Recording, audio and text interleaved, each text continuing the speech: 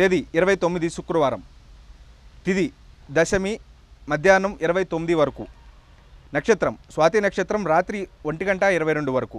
వజ్రం ఉదయం 8:23 లగాయతు 9:52 వరకు. దుర్ముహూర్తం 8:15 నుండి 9:08 వరకు. తిరిగి మధ్యాహ్నం 12:37 నుండి 1:30 వరకు. శుభ సమయం ఉదయం 6:10 నుండి 7:12 వరకు. తిరిగి సాయంత్రం 5:45 నుండి 6:24 వరకు. జూన్ 20 బుధవారం నుండి జూలై 19 గురువారం వరకు. కన్యారాశి ఫలితములు.